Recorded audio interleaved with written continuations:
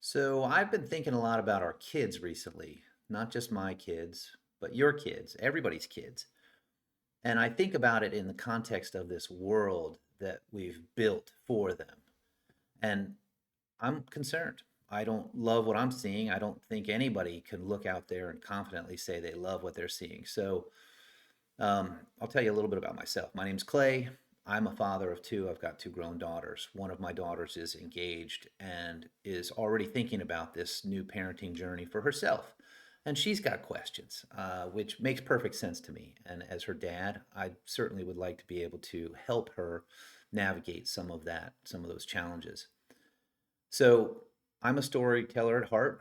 I love to bring things from my imagination and try to make sense of the world that we're seeing, but in a way that's interesting and imaginative.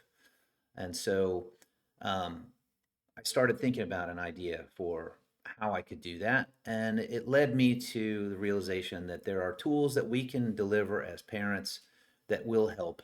And it doesn't have to be complicated, or at least complicated things can be distilled down to more simple messages.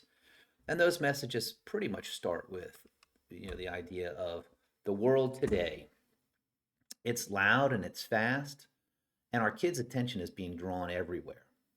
And it can seem like being seen is more important than being understood. And this is critical, right? We need to start here. Understanding is the root to just about solving any issues of self-esteem or feeling out of place. And so we have to work at this. And then there's this constant pressure to fit in, which leaves so little room for being different and actually squeezes it out almost exclusively, at least on the social media side of things. And that's awful. And then when you compound everything with this idea that success is often measured by reaction instead of how moments feel, then you can start to see why stories matter now more than ever. Because they allow our children to sit for a moment without any kind of rushing through things. They can just exhale and breathe and forget about the world that exists outside of this moment. And it gives feelings a shape that they can look at and explore safely with context through characters and exchanges and interactions. And they don't, again, have to misunderstand, or they can misunderstand what the message is, but there's an opportunity to revisit and learn from those pages and that text. And then, lastly, of course, maybe most importantly, is teaching the kids how to belong without judgment. Not judgment on themselves only either, but learning how to not judge others in the context of how they interact and engage. And so, not simple in terms of the understanding, but in terms of the mechanism from which we can help them learn these things. Stories are and have always been a simple way for that to matter. So that leads me to bringing you guys somebody I'd like you all to meet. This is Knobby. Knobby came to me from a story that I used to tell my own kids when they were little. And it was just a quiet little story, something I told them when the world felt a little bit big or when they were moving through a milestone and were very nervous because they didn't feel like they fit. And so Nabi had a very particular role in that narrative. Nabi was different. You can see he's not even human. He's got purple skin, big pointy ears, but he didn't know where he belonged either. And so his goal was to find his own purpose. And along the way, he helped my daughters understand that he belonged to the world because he was in the world. And he didn't have to play a particular role that others felt or carved out for him. And his magic was his heart had a way of lighting up when he felt safe and when he felt seen. And this was important because that's an internal mechanism, and we all have hearts, which means we can all imagine that warmth inside ourselves. And that was the message I tried to put out there for my daughters.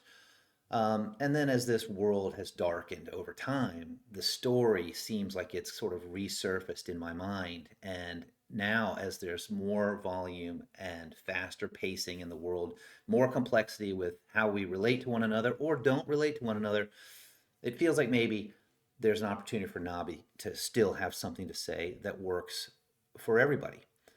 So I needed to tell the story now because I've seen firsthand what it can cost when the world doesn't make room for differences.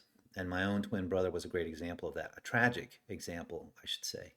He was different and he grew up in a world that didn't know how to protect or celebrate those differences, and it cost him. He needed somebody like Manabi to attach himself to, and there were no ways to access something like that back then. But when I became a parent, that changed how I saw all of these things. And I began to realize that the messages that start to bombard our kids start way earlier than I was prepared for. Probably you guys all feel the same way. And so I think it's important for us to combat the world messages and the world noise with our own different ones right from home. So Nabi is my way of offering that message earlier, before the world tells them who they're supposed to be, any of them, whoever they are. So I I bring this up because I plan to bring a lot of content around Nabi. I think he's got a very important place in this world today. Um, and I want to share that with you. And I want you to share your ideas on how we collectively can make Nabi a force for good and a force multiplier for good for our kids at a time where I think all of them need something like that. So, if this resonates with you, the good news is I plan to expand and introduce much more things about Nabi, just not as a figure, but as a story, as a moving part that you can interact with. And I'm excited to introduce him to the world. And I look forward to your comments to help me make sure that we're always aiming a tool like Nabi in the right direction for our children. So thank you for watching. I really appreciate it. I look forward to getting to know you guys more. Feel free to comment on this video and any other videos. And I should say, as my first video, I do expect this is going to get better. So thanks for understanding from that point too. Cheers.